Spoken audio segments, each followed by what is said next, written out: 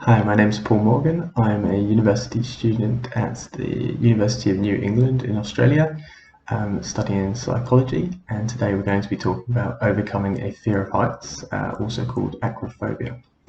So, fear of heights is one of the more common phobias around. Lots of people suffer with this to varying degrees. And we're going to look today at a system called graded exposure, where you gradually expose yourself to elements of the fearful stimulus in order to overcome that general fear.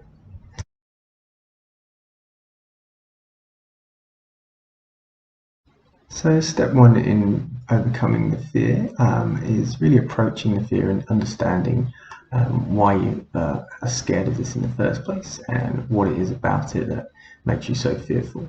So, you want to really look at past events and things like that that may have caused this. If there is one particular scenario that may have kind of impacted how you feel about this particular scenario, in this instance, heights, and really kind of get to understand what it is about that that made you so fearful. And you really want to think in a logical kind of rational way about this and just sort of think, how likely is it that the worst case scenario is going to happen when you're in these situations? Of course, there are times when heights can be quite a dangerous thing, but you really want to be overcoming your fear of heights when it's in a safe environment, to be able to approach these, interesting scenarios where maybe you're able to go on a hot air balloon or a helicopter or something, incredible like that, and you're really just too frightened to do so because of this underlying fear. So the way you want to overcome this really is by developing a hierarchy. You tend to want to use 10 to 15 scenarios in this hierarchy. We call it fear hierarchy. And they really want to go from kind of something that's moderately scary to you and it involves the feared stimulus, something like perhaps standing on a chair or a step ladder or something like that might be quite low down, but it still involves heights. And you want to gradually work them up to something extremely fearful for you. Perhaps even this scenario that you can think of that really caused this fear to begin. For instance, it might be going on a cable car or something like that. That's quite scary. A lot of people have a bit of an anxiety about that kind of thing, and you want to just express how that these different scenarios feel to you. You want to use an assessment scale called SUDS, which is the Subjective Units Distress Scale, and you want to rank this is ranked from 0 to 100.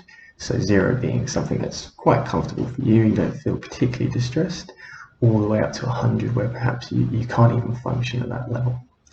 And you want to rank each of those scenarios that you've put on the hierarchy, and you really want to have a look at this as you go throughout the program and really see how you are progressing through that.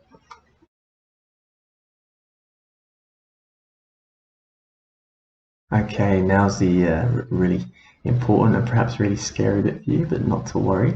I'm going to talk you through it slowly and want to help you to understand that you can take your own time with this. Don't feel rushed by you want a time frame or anything like that. You want to be able to do this in.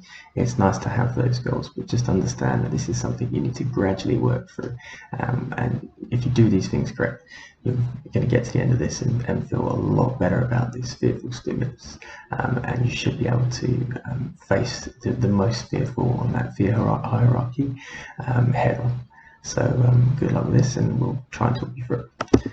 So this is going to be the intervention where you really approach the fear hierarchy and try and gradually work through those scenarios that you talked about earlier.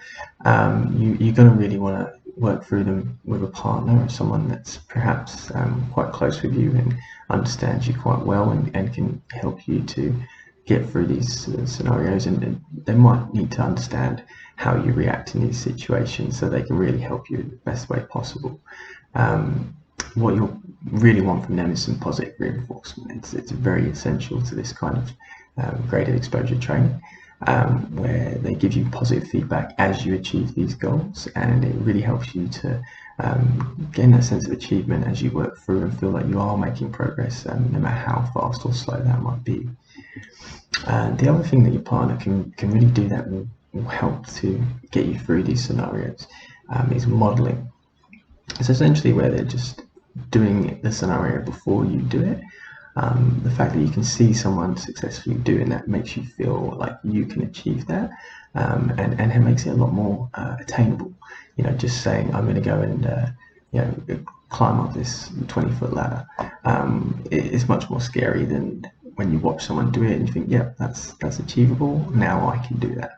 And of course, once you then do that, it's great for them to give you that positive reinforcement, as we discussed. As you work through those scenarios, just make sure you are comfortable. You're not being pushed too hard by the person you're working with. You really want to go at your own pace. If you start working too fast, and you might get to a scenario that is far too scary for you in that instance, and it can really reset your work, and you're basically back to square one where you're fearful of all those scenarios again. Another key thing during this process is to evaluate your performance as you go along. You know, as you've made a steady amount of progress through this, perhaps go back to your fear hierarchy, the original one, with your scores, and perhaps regrade each of these scenarios to see how you're going. You know, if you add up all the scores from each scenario and compare that to the total from when you began, and you really start to see what progress you're making, which can definitely give you a boost, especially if you feel like you've reached a bit of a point where you're struggling. You know, seeing how much progress you have made can definitely push you in the right direction.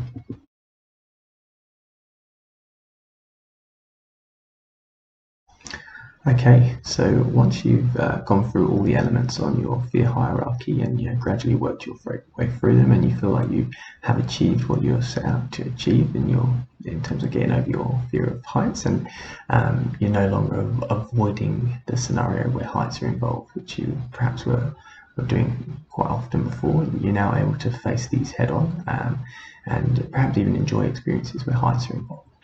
So now you want to look at your maintenance.